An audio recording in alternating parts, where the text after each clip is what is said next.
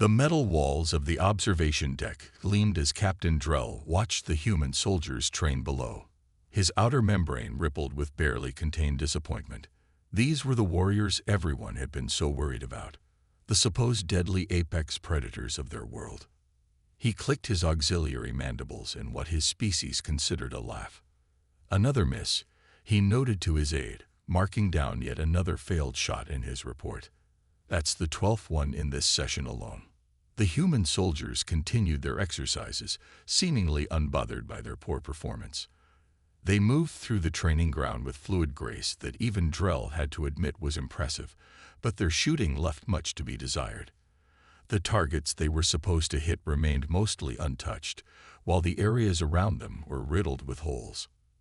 The year was 2157, and humanity had just joined the galactic community. The Galactic Council had sent their best military observers to evaluate Earth's combat capabilities, and so far, the results were underwhelming, at least to those doing the watching. "Sir," his aide spoke up, "perhaps we should consider their primitive technological development. They've only had energy weapons for a decade." Drell waved 3 of his limbs in dismissal. The Nurax achieved 98% accuracy within 5 years of developing plasma weapons. The humans have had projectile weapons for centuries, and they still spray their ammunition like water from a broken pipe. Below them, the training session continued. A human sergeant called out commands, and his squad responded with practiced movements. They ducked behind cover, rolled, jumped, and fired, all while missing their targets with remarkable consistency. "Prepare my report to the Council," Drell commanded. "Note specifically that human accuracy rates fall at least 30% below acceptable military standards. Their inclusion in the Defense Alliance should be carefully reconsidered." As they turned to leave, a human officer approached them. He wore the insignia of a military liaison, Major Thompson. His face wore what Drell had learned was a smile, though it seemed oddly out of place given their poor performance review. "Captain Drell," Thompson greeted them with a crisp salute. "I trust you found our demonstration enlightening." "Enlightening is one word for it," Drell replied diplomatically. "Though I must be honest, your troops' accuracy rates are concerning."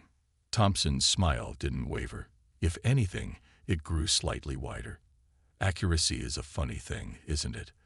Sometimes the best way to hit something is to hit everything else around it first." Drell's secondary eyes blinked in confusion. "That makes no tactical sense." "Maybe not from where you're standing," Thompson replied, looking down at the training ground where the soldiers were now resetting their equipment. "But humans learned long ago that the shortest distance between 2 points isn't always a straight line, especially in combat." Drell made a note to add possible cognitive deficiency in strategic planning to his report. If this was how their military leaders thought, perhaps humans weren't ready for galactic warfare at all. As they left the facility, Drell's aide reviewed their findings. Lowest accuracy rates of any spacefaring species, poor resource management, and questionable tactical doctrine. The Council won't be pleased. They're not ready, Drell concluded firmly. In real combat, against real threats, this kind of performance would get them killed. The galaxy is no place for warriors who can't hit their targets. The human's cryptic words about accuracy nagged at the back of his mind, but he pushed the thought aside. He had seen enough primitive species to join the galactic community to know how this would go. They would either learn to fight properly, or they would suffer the consequences. Little did Drell know, as his ship broke atmosphere to return to the Council, that humanity's apparent poor marksmanship would soon prove to be anything but a weakness. The galaxy was about to learn that sometimes the most dangerous shot is the one that seems to miss. 3 months after the human military assessment, the emergency alarms in the Galactic Council chamber blared to life. The massive holographic display at the center of the room showed a scene of destruction that made even Captain Drell's tough outer membrane grow cold. The swarm had finally arrived. The images from the outer colony world of New Haven told a grim story. The organic ships of the swarm moved like massive insects through space, their living hulls absorbing direct hits from the colony's best defensive weapons. Each shot that landed simply disappeared into the creature's strange, shifting armor. "Impossible," muttered one of the council members. "Those were perfect hits. How can they just ignore them?" The human representative, Colonel Mason, stood quietly at his newly assigned station. His eyes narrowed as he watched the footage, but he said nothing. The council had made it clear that Earth's military advice wasn't welcome, especially after the disappointing combat assessments. "Deploy the Nurak Special Forces," ordered the head council member. "Their accuracy rates are unmatched in the galaxy. Surely they can find weak points in these creatures." The next few hours proved them wrong. The Nurak ships arrived, their weapons hitting their marks with deadly precision.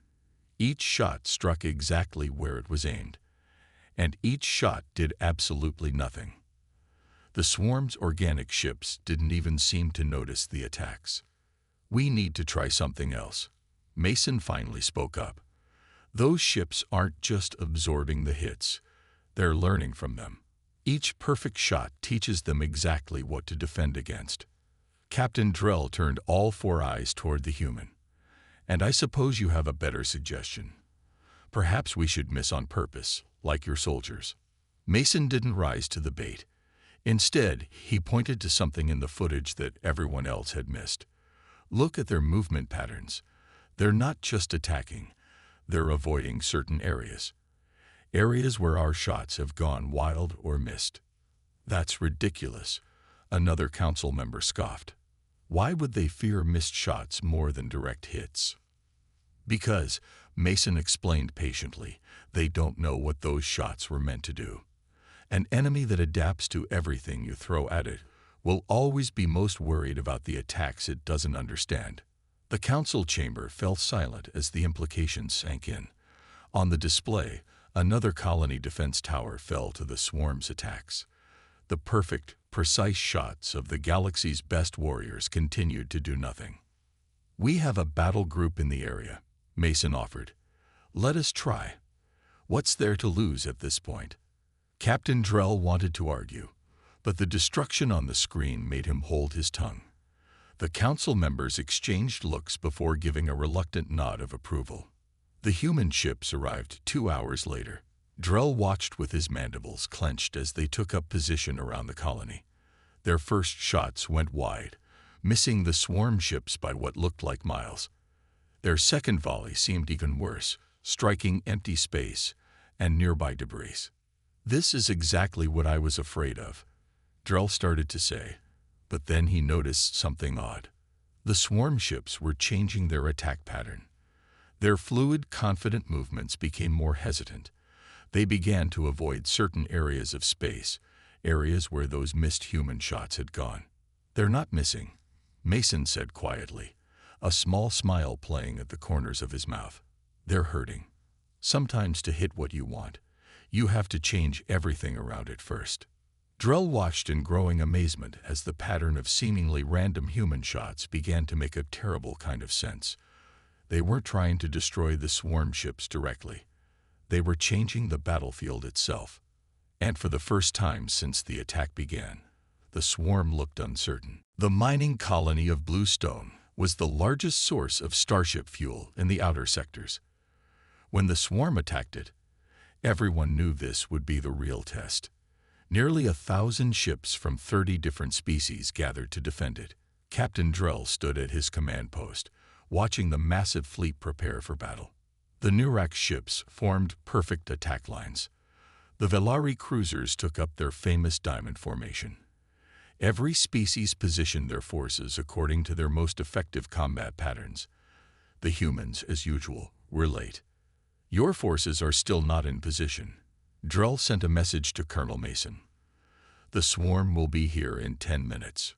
"Oh, we're exactly where we need to be," Mason replied. The human ships hung back at odd angles, scattered in what looked like random positions far from the main battle line. The first wave of swarm ships appeared exactly as predicted. Their organic hulls rippled with strange patterns as they approached. They were bigger than before, their living armor thicker. They had learned and grown stronger from every previous battle. All ships opened fire. The command went out, and the space lit up with energy weapons and projectiles. Every shot was perfect. Every hit struck exactly where it was aimed. And just like before, the swarm's living ships simply absorbed the attacks. Useless, Drell muttered as he watched another perfect volley disappear into the swarm's organic armor. "We need tow." He stopped mid-sentence as he noticed something odd. The human ships had finally started firing, but their shots were going everywhere except at the swarm. Some hit nearby asteroids. Others struck pieces of space debris. A few seemed to disappear into empty space. "Mason, what are your ships doing?" Drell demanded. "This is no time for your strange tactics." But Mason didn't reply.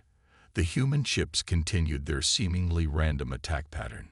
Shots went wide, struck floating debris, or vanished into the darkness of space. The other alien commanders started sending angry messages about the humans wasting ammunition. Then Drell saw it, the first sign that something was changing. A piece of debris hit by a human shot wasn't just floating away. It was moving with purpose. The asteroids struck by their weapons weren't exploding. They were breaking apart in specific ways. The shots that had disappeared into space had struck particles too small to see, but not too small to matter. "All ships, hold position." Mason's voice suddenly came through every command channel. "The field is almost ready." "What field?" someone demanded. "What are you?" The answer appeared before them. The debris field the humans had been manipulating suddenly lit up with strange energy. The floating rocks and particles began to move in precise patterns. The empty space where their shots had vanished now glowed with radiation. The swarm ships flew right into it. Their living hulls, so good at absorbing direct attacks, had no defense against the chaos the humans had created. Rocks tore at their organic armor. Radiation disrupted their biological systems. The weird energy patterns the humans had somehow created with their missed shots began to tear the massive creatures apart. "Impossible," one of the alien commanders whispered. They turned the whole battlefield into a weapon. Drell watched in amazement as the human ships continued their work. Each shot that seemed to miss actually added to the growing storm of debris and energy that was ripping through the swarm fleet. The humans hadn't been late to get into position. They had been early, preparing the space itself for this moment. Sometimes, Mason's voice was calm over the comm system. The best way to win a fight is to change the rules of the battlefield itself. We learned that lesson on Earth a long time ago. For the first time in the war, the swarm ships began to retreat.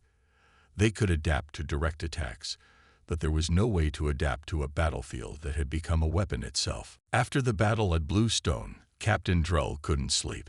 He kept watching the recordings of the human ship's attack pattern. Each shot that had seemed random now appeared different to his 4 eyes.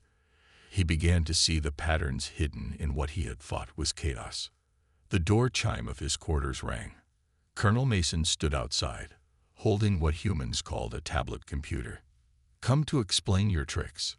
Drell asked, letting the human enter. "Not tricks," Mason said, placing the tablet on Drell's desk. "Just a different way of thinking about space combat. Want to understand how it really works." Drell's outer membrane rippled with curiosity. "Show me." Mason brought up a video from the battle. "Look here. This shot that missed the swarm ship, it hit a small asteroid instead. But watch what happened to the asteroid's pieces. The fragments spread out in what looked like random directions. Now watch those pieces 10 seconds later." Drell's eyes widened. The fragments hadn't been random at all. Each piece moved exactly where it needed to go, creating a deadly field of moving debris. "And here," Mason continued, showing another moment from the battle. "This shot that disappeared into empty space, it wasn't empty at all. That area was full of particle clouds too small to see. The shot energized those particles, turning them into a radiation web. You turned space itself into your weapon," Drell said slowly, understanding finally dawning. "Exactly. On Earth, we learned warfare in 3 dimensions: land, sea, and air. But we also learned that the environment itself could be as dangerous as any enemy. In space, we just had to think bigger. Mason showed more footage. Each missed shot now revealed its true purpose. Some created gravitational disturbances. Others set up chain reactions in space debris. A few changed the temperature of nearby gases, creating invisible barriers that the swarm couldn't detect until it was too late. But how do your soldiers calculate all of this in real time? Drell asked. The physics involved. That's the beauty of it. Mason smiled. We don't calculate everything. We learn to understand how space flows, how debris moves, how energy spreads. Our ship's computers help with the complex math, but the strategy, that comes from centuries of learning to use our surroundings as weapons. Drell remembered the human training sessions he had watched months ago. The soldiers hadn't been missing their targets at all. They had been practicing this exact kind of environmental combat, even in those simple ground exercises. Your accuracy ratings, Drell said. They were never about hitting the target directly, were they? Direct hits are easy to defend against, Mason explained. The swarm proved that. But defend against everything around you. That's impossible. Space is too big, too complex. We don't try to defeat our enemies. We make space itself defeat them. A message flashed on Drell's computer. More swarm ships had been spotted near another colony. But this time, instead of fear, Drell felt something new. Hope. We should deploy the human ships first, he said. Give them time to prepare the battlefield. Mason nodded. Now you're thinking like a human. The best weapon isn't always the one that hits the hardest. Sometimes it's the one that changes the rules of the fight itself. As they prepared for the next battle, Drell looked at space differently. Every asteroid, every dust cloud, every empty region now looked like what it truly was, a potential weapon, waiting for someone clever enough to use it. The humans hadn't taught him a new way to fight. They had taught him a new way to see. The biggest swarm attack yet was heading toward the core worlds. This time, no one questioned why the human ships needed 6 hours to prepare the battlefield. Captain Drell watched from his command ship as they worked, seeing their actions with new understanding. Look at how they're setting it up, he explained to his crew. Each shot has a purpose. They're not just moving debris. They're creating paths and traps. The human ships moved through space like dancers, each one playing its part in a complex performance. Some fired at large asteroids, breaking them into precise patterns. Others charged up gas clouds with special energy weapons. A few ships worked on something new. They were actually changing the temperature of space itself in certain areas. Colonel Mason's voice came over the command channel. Field is about 40% ready. Drell, want to help us with the next part? Drell felt his heart race with excitement. What do you need? Your ship's energy weapons create a different kind of radiation than ours. If you target these coordinates, we can make something interesting happen. For the next hour, Drell's ships worked alongside the humans. They weren't just preparing space anymore. They were turning it into a living weapon. The radiation from their combined weapons created strange patterns in the void. Debris fields began to pulse with energy. Even the empty space seemed to hold hidden dangers. Swarm ships entering the outer marker, a sensor officer reported. 10 minutes until they reached the field. Mason's voice was calm. All ships hold position. Let them come to us. The swarm arrived in force. Hundreds of their living ships moved forward, their organic hulls rippling with confidence. They had grown even stronger since Bluestone, adapting to direct attacks in ways that should have made them nearly invincible. But this wasn't going to be a direct attack. The first swarm ship hit what looked like empty space. Suddenly, the temperature difference created by the human ships tore at its living hull. Hot and cold spots ripped through its organic armor. Before it could adapt, it flew into a cloud of energized particles that the combined human and alien weapons had created. Now, Mason commanded. Start the chain reaction. Drell's ships fired at precise points in space, exactly where the humans had shown them.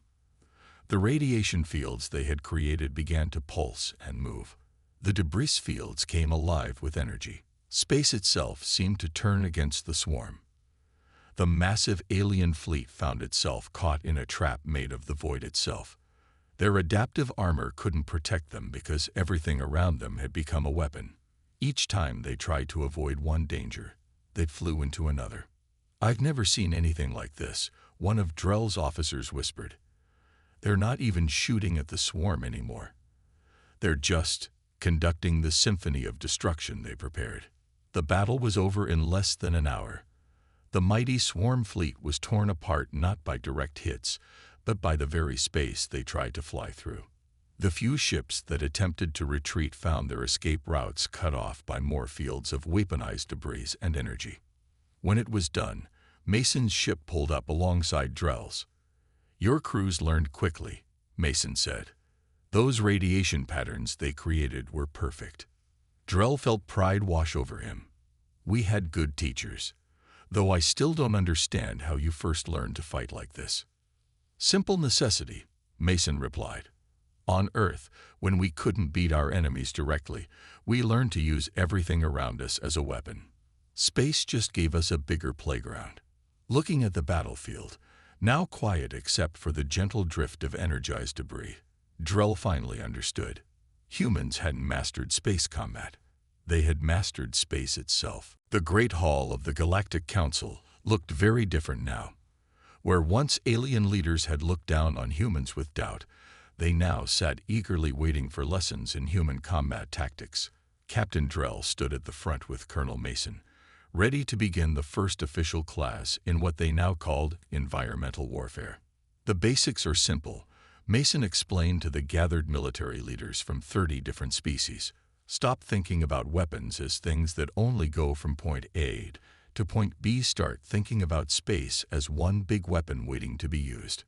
A large alien with crystal-like skin raised its arm. "But how can we calculate all the possible reactions? The physics are too complex." Mason walked to a large window overlooking an asteroid field. "Watch this," he said, pulling out a small training laser. He fired it at a tiny rock floating nearby. The rock shattered, its pieces hitting other rocks, creating a spreading pattern of moving debris. "Did I calculate exactly where each piece would go? No, but I understood the flow of space, the way things move out here. That's what we need to teach you first, how to feel the battlefield." Drell stepped forward. "My own crews learned this. We started small, just like humans did. First, we learned to see space differently. Then we learned to use it." The lesson continued as Mason showed recordings from recent battles. Each video revealed new layers of human strategy. They watched how ships worked together to create energy fields, how they turned asteroid fields into moving walls, how they used radiation to hem in enemy forces. "Your weapons are already powerful enough," Mason explained. "You don't need better guns. You need to understand that everything out there is already a weapon. The empty space, the debris, the temperature differences, it's all waiting to be used." A Nurax commander, known for their species' perfect accuracy, looked troubled. "But we spent centuries perfecting our targeting systems. Are you saying we should forget all that?" "Not at all," Mason smiled. "Keep your accuracy. Just change what you're aiming at. Sometimes the best way to hit an enemy is to hit everything except the enemy." The lessons moved from theory to practice. In a nearby training area, human instructors worked with alien crews. They taught them to see patterns in chaos, to understand how small changes could create big effects. Some species learned quickly, their natural abilities matching well with human tactics. Others struggled but kept trying.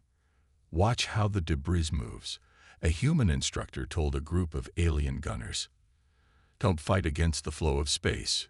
Use it, guide it, shape it." Drell remembered his own first impressions of human combat training. What had looked like poor accuracy now revealed itself as a deep understanding of cause and effect. Every missed shot in those early demonstrations had been practice for this kind of warfare. Your species learned this through centuries of warfare on Earth. One of the alien leaders asked Mason during a break. We learned it through necessity, Mason replied. When you can't win with brute force, you learn to use everything around you. Forests, weather, terrain. Earth taught us that the environment is often a better weapon than any gun. The training sessions continued day after day. Slowly, the alien forces began to grasp not just the tactics, but the way of thinking behind them. They started to see space as humans saw it, not as an empty void to fire weapons through, but as a vast ocean of potential energy waiting to be shaped and used. We were wrong about humans, Drell told his crew later that night. We thought they were behind us in military science, but they weren't behind or ahead. They were simply looking at everything differently. And now they're teaching us to see what they see. The Galactic Council chamber buzzed with excitement as Captain Drell prepared to give his final report. 1 year had passed since the humans first demonstrated their unique way of fighting. In that time, everything had changed. The swarm's last attack was stopped before they could even reach the outer colonies. Drell announced to the assembled leaders, not by direct combat, but by the combined environmental tactics of 15 different species working together. The main screen showed footage from the battle. Ships from various alien races moved in perfect coordination, using human techniques to turn space itself into a weapon. The swarm hadn't even managed to get close enough to attack. Our original assessment of human combat capabilities was wrong, Drell continued. We measured them by our standards, by how well they could hit targets. We should have been measuring how well they could change the very nature of combat itself. Colonel Mason sat quietly in his chair, a small smile on his face. Next to him, other human military advisors watched as their students demonstrated how far they had come. The Nurax fleet, once focused solely on perfect accuracy, now leads the galaxy in gravitational combat techniques, Drell explained. The Villari, who used to rely only on speed, have mastered the art of using temperature differences as weapons. Even my own people have learned to see space as humans do, not as an empty battlefield, but as an ally waiting to be used. The screen changed to show the new combat training facilities. Alien crews worked alongside human instructors, learning to use debris fields as weapons, to turn radiation into traps, to make space itself fight for them.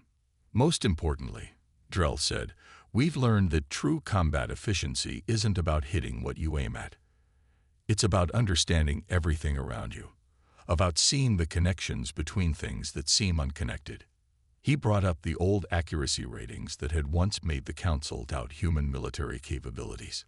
These numbers were meaningless. They measured the wrong things. We thought humans were primitive because they missed their targets. Now we understand they weren't missing. They were hitting everything else for a reason. The council chambers filled with murmurs of agreement. Many of the leaders present had seen their own forces transformed by human teaching. What had once seemed like primitive tactics now revealed themselves as advanced understanding of space itself. The swarm adapted to direct attacks, Mason added, speaking up for the first time. But they couldn't adapt to fighting space itself.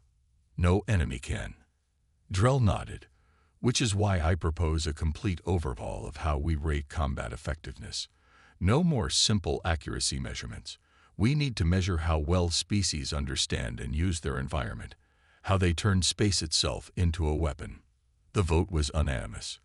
The old combat ratings were retired, replaced by new standards based on environmental awareness and tactical flexibility.